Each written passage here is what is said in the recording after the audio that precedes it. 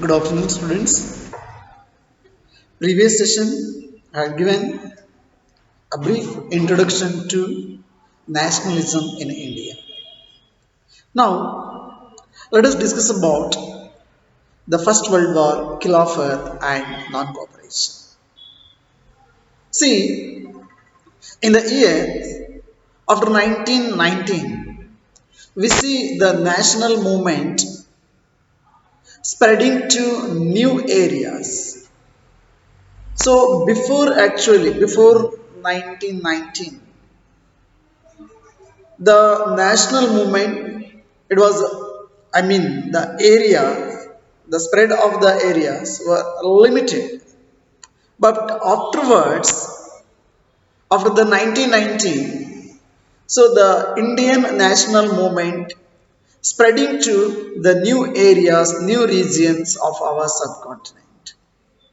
So incorporating new social groups and developing new models of struggle. See, these were all actually the some of the new ideas, the new concepts about the model of the struggle, how it should be, the different models by the different national leaders, and even so in the new social groups, these were all actually incorporated during this period. See, how do we understand these developments? So already in the previous session I told, and you all of you very well knows about the diverse people in this diverse country. See, in this the traditional and among the new social groups, and the notion about the freedom also, it was varied amongst the Indian national leaders also. And there were so many new social groups, and as well as there we can observe the developing the new models of struggles also against colonial rule. See, how do we understand these developments? Whatever the new models of the struggle and the new social groups and the notion, and as well as how the different part of the subcontinent, how the different groups, people, they were thought about the notion of, or they were, and how the idea of the nationalism emerged amongst the different people. So, dear students, so all these things and what implications did they have? This is also the another important question. So one thing that is about the how do we understand these developments and what implications did they have? See, first of all, dear student, the First World War, it was created a new economic and political situation in our subcontinent. The First World War, which was actually taken place in 1914 to 17. See, this you may thought like this, sir, is there any relationship between the First World War and our India, whether India also participated in this First World War on behalf of whom and supported whom, against with which countries? See, these are all the common questions when we are going to discuss about the First World War. Of course, dear students, our India also indirectly participated in the First World War because there were so many Indian soldiers. They were those who were joined in the British Army. They were served in this First World War also.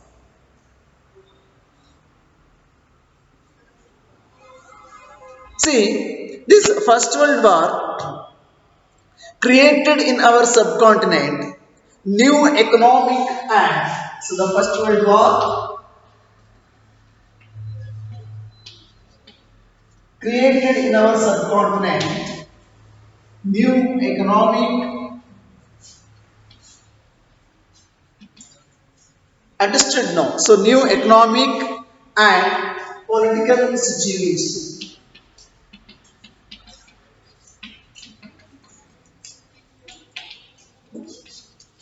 New economic and political situation. The First World War led to a huge increase in defense expenditure, which was financed by war loans and increasing taxes. So this is the most important. So how it was created? I mean, the First World War created a new economic and political situation in our subcontinent. The first of all, it led to a huge increase in defense expenditure because England or Britain directly participated in the First World War. Now, the expenditure of defense it's increased anything like, and actually which was financed by war loans and increasing taxes. They have taken loans and even they were increased taxes also to fulfill the war expenditure. See, the custom duties were raised, whatever they were fixed. Again, during the war time, so they were raised the customs duties also, and even income tax also introduced. Before it was not there. So before First World War, so there was no income tax in our subcontinent by the colonial administration. But during the First World War, so they were increased the different taxes and also they were raised the customs duties also to maintain their war expenditure, and also the colonial administration was introduced income tax also in our subcontinent. See, through the war years, prices increased. It's completely increasing. Prices are through the entire war years. It's a doubled between 1913 and 1918. The prices of the different goods and things, services completely increased. It was actually doubled between the war years, that is about 1913 to 1918. Of course, dear students, this leading to extreme hardship for the common people. We all of you knows that very well. Whatever the government taken the decisions, actions regarding taxation or regarding anything or implementation of the new policies and all, it is so badly affect on the common people. The first, it was affected on the common people of the subcontinent. Villages were called upon to supply soldiers. So during this time, the colonial administration, so they were called villagers to supply soldiers also. And if suppose, if they were not supplied or if they were not agreed, the forced recruitment also in rural area caused a widespread anxiety. So they were followed forced recruitment. Forced, forced recruitment.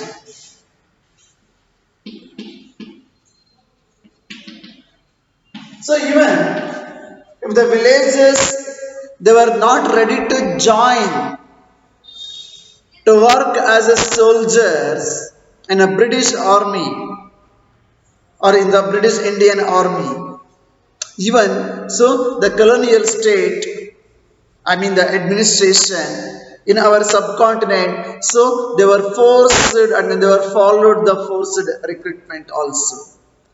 So this forced recruitment, especially in rural areas, so it was actually resulted with widespread anger against the colonial administration. So then afterwards, in 1918, 19, and 1920 and 21, so this is what a very bad time for our Indians, because in these years crops were failed in many parts of our country. So in 1918 and 18 and 19, and in the same 1920 and 21 also. 19, 20 and 21. So 1918 and 19 and 1920 and 21. So these years crops were failed in a different parts of in many parts of our country.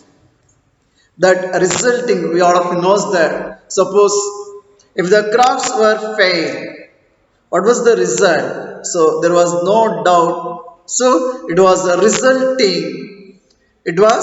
resulting acute shortage of food in our country. Getting dear students. So the food shortage,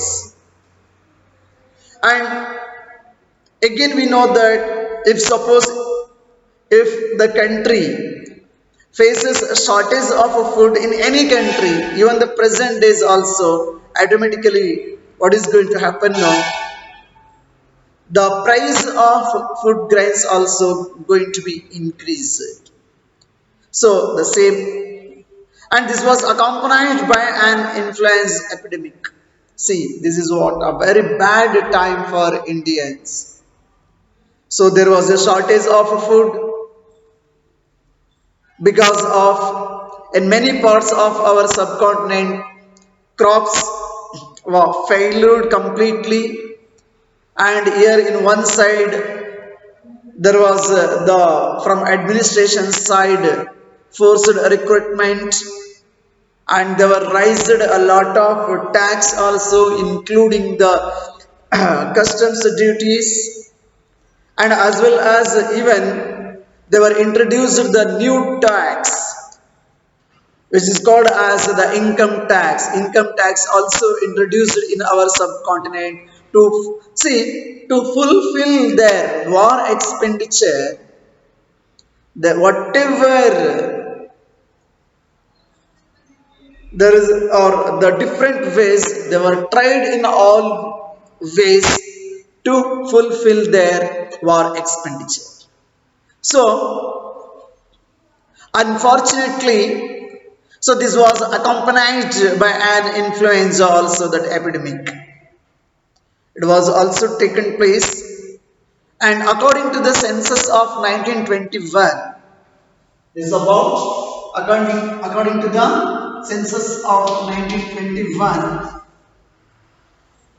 So it was reported 12 to 13 million people perished as a result of famine and the epidemic. See, this was a huge amount of the population. 12 to 13 million people perished as a result of famine and the epidemic. So, in this way, dear students, the First World War, it was completely affected in a bad way, and it's become too what we called the extreme hardship for the Indians, because of whatever they were implemented the different policies in our country. So the First World War, it was created a new economic and political situations to by increasing in the defense expenditure and to fulfill the shortage of the resources. So there were brought so many changes in our country. See here, people hoped that their hardships would end after the war. So the Indians during the First World War, they were believed that they were having the hope at least after the end of the war their condition may be or this hardship would end after this first, after this world war. But unfortunately that did not happen. That did not happen. So after when the war was ended or war was over, even though the same situation it was continued and the British administration, the colonial rulers, so they were not brought any changes or they were not going to decrease any kind of taxes and just they were continued in the same manner. See, at this stage, a new leader appeared and suggested a new mode of struggle. So this was the situation was one of the world greatest personality who was appeared in and was suggested a new mode of struggle in our subcontinent. I hope, dear students, you all of you may guess that personality was none other than Mahatma Gandhiji, the great personality of our country and the great personality of the world. Now, during this situation only, Mahatma Gandhi was entered and he was participated in the freedom struggle. He was joined, and after that, the Indian national movement was completely guided by Mahatma Gandhiji with a new mode of struggle. With a new mode of struggle. Now, let us discuss about how Gandhiji was successfully tried to unite the different socio-religious groups, diverse people in our country, and whatever he was introduced the new mode of struggle with the different weapons, and what were the ideas of Mahatma Gandhiji and how Mahatma Gandhiji was became a successful in that and even the failures and even the different opinions also, and how Mahatma Gandhiji was introduced the new concept, the new ideas which were completely new for entire world. And through that only how Gandhiji was fought against the British administration. All those things, if you study the Indian national movement, then you are able to get along. But already I told that in this chapter we are just focusing on only non-cooperation movement and civil disobedience movement.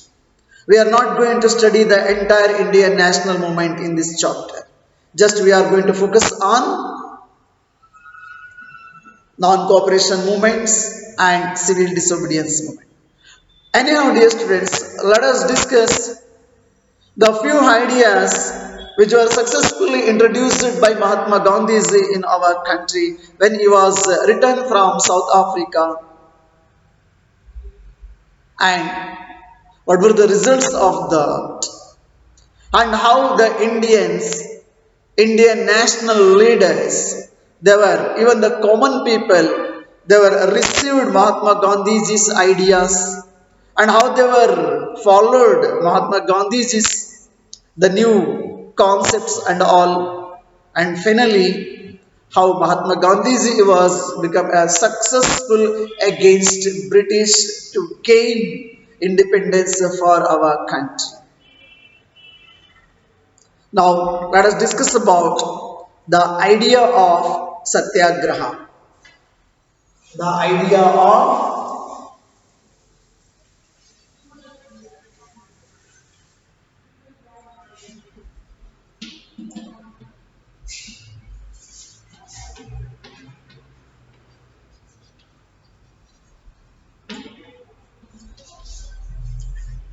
of Satyagraha. What is the meaning of Satyagraha? See, this concept or this idea, it was completely new for Indians, and not only for Indians, for entire world. See, when Mahatma Gandhi was returned to India from South Africa in January 1915, so in the month of January 1915, Mahatma Gandhi was returned from South Africa to our country. And he had come from South Africa where he had successfully fought against especially the racist regime. So actually, Mahatma Gandhi, he was when he was in South Africa, where he had successfully fought against the racist regime. I hope please try to remember whatever we have studied in the previous year, that is about the apartheid system which was followed by the British people over the black people. See, there the racist regime was a novel method of mass agitation. So, which he called Satyagraha. See, the idea of Satyagraha emphasized the power of truth and the need to search for truth. Please underline those lines. The idea of Satyagraha emphasized the power of truth and the need to search for truth. Getting these students. See, it suggested that if the cause was true, if the struggle was against injustice, are getting now? If the cause was true, if the struggle was against injustice, then physical force was not necessary to fight the oppressor. Physical force, it was not according to Mahatma Gandhi. So we no need to use the physical force, which was not necessary to fight the oppressor. See, dear students, that means through non-violence, without physical force. So, without seeking engineers or being aggressive, a satyagrahi could win the battle through non-violence. So, Mahatma Gandhi he was believed that, and even he was successfully introduced in South Africa also, and he was got the best result and the effects of the Satyagraha also through these weapons. He was believed strongly. That is about. So we must fight against injustice. It was the fight against, our struggle was against injustice. So then, if struggle was against injustice, then physical force was not necessary to fight the oppressor. Gandhiji was believed like that, and without seeking being aggressive, a Satyagrahi could win the battle through non-violence. So this is what Mahatma Gandhi's beliefness and the new concept and which was used successfully as the powerful weapon without using any physical force and weapons to gain independence. So regarding this, I would like to continue in the next class. Thank you. Have a nice day.